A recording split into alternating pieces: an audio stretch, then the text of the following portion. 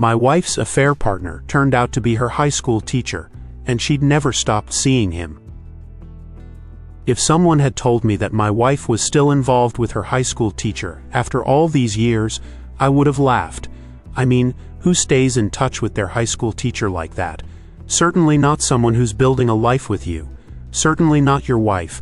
But I learned the hard way that the people we trust most are the ones who can cut the deepest. My name's Carter. I'm 35, been married to Vanessa for 6 years. We met at a mutual friend's engagement party. She was charming, funny, talked about books and old movies. We hit it off immediately. She was everything I ever wanted in a partner. Graceful, smart, passionate about education. She worked as a curriculum developer and always spoke about how much her high school English teacher had influenced her. I'd heard his name a few times, Mr. Brighton. It was always, Mr. Brighton encouraged me to write, or Mr. Brighton believed in me when no one else did. I thought it was sweet, a mentor, a guiding figure. What I didn't know was that the mentorship had long since morphed into something twisted.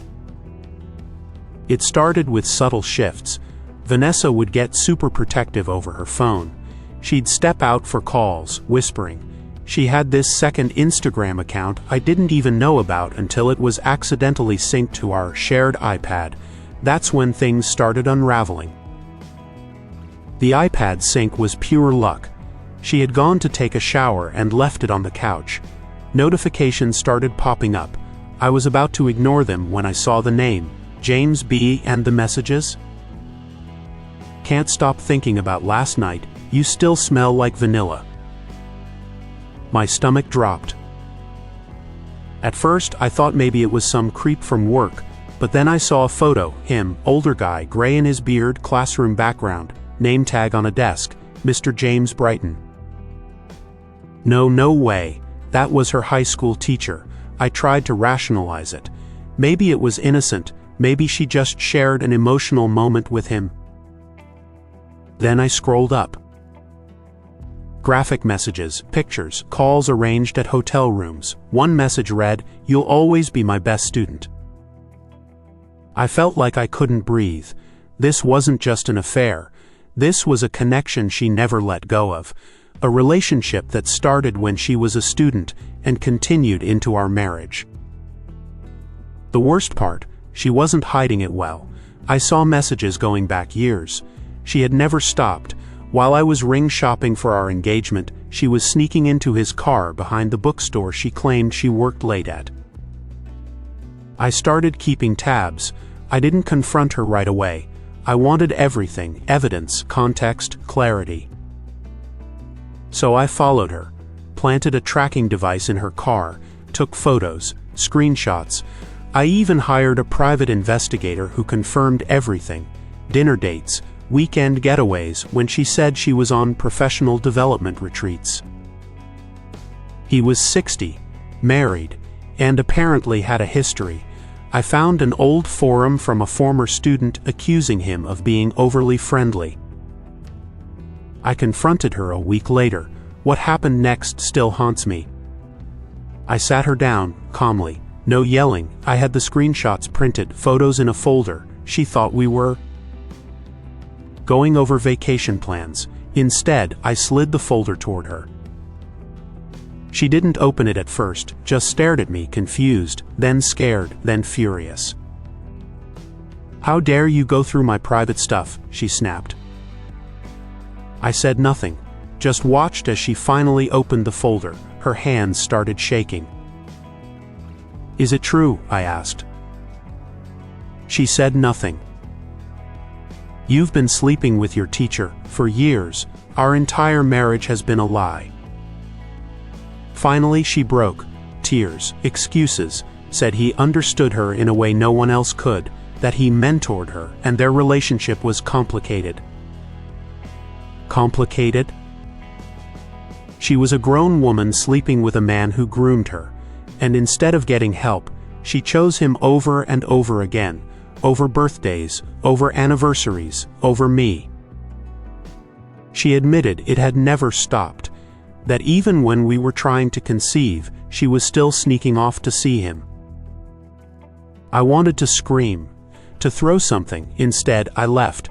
I packed a bag and went to my brother's house, told him everything. He looked at me like I had told him aliens landed in our backyard. And then came the final straw. I learned they were planning to leave together, after his retirement. She had a folder on her Google Drive labeled Plan B. It had apartment listings, resignation letters, and a joint travel itinerary. That's when I realized I was the backup plan, the placeholder.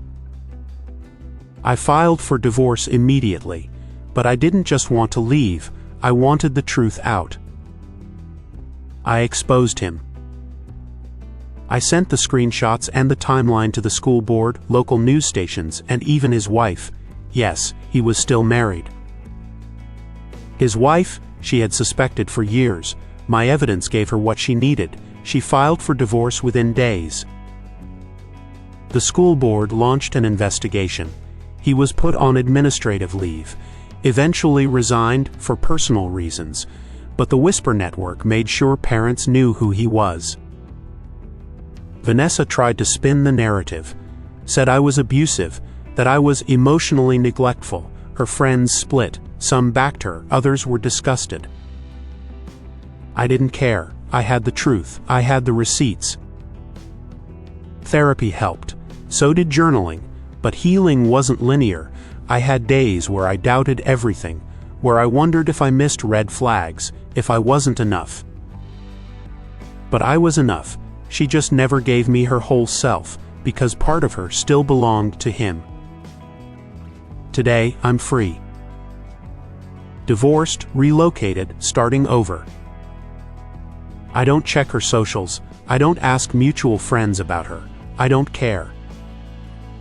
I found peace in rebuilding, in knowing that I got out, that I didn't stay in a marriage built on lies and manipulation. I started dating again, carefully, slowly. I set boundaries now. I look for character, not just charm. Vanessa, last I heard, she and Mr. Brighton moved in together. It didn't last. Turns out a relationship born in secrecy and guilt can't withstand daylight. She tried reaching out once, sent an email with the subject line, closure. I never opened it. Because I already have closure. I chose myself. I walked away from the wreckage with my dignity intact. And now I'm sharing this story for you, the person who might be doubting their gut, who thinks love is supposed to hurt. It's not.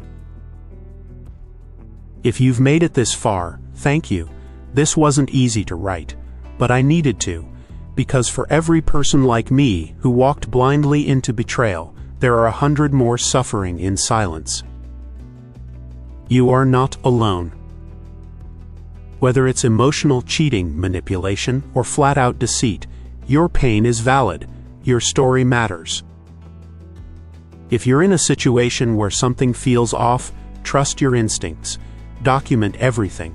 Have the courage to ask the hard questions. And if you've been betrayed, don't let it define you. Let it refine you. Because the people who break us don't get to own our stories. We do. Thank you for letting me share mine. If this story shook you, made you feel seen, or even just made your jaw drop, take a second to support the channel. Leave a comment below and share your thoughts or your own story. Hit that like button. It helps get these stories to more people who need to hear them. And don't forget to subscribe. Every week I share real, raw, and jaw-dropping tales of love, betrayal, and survival. Your support means the world. Let's build a community where truth has power. Until next time, protect your peace.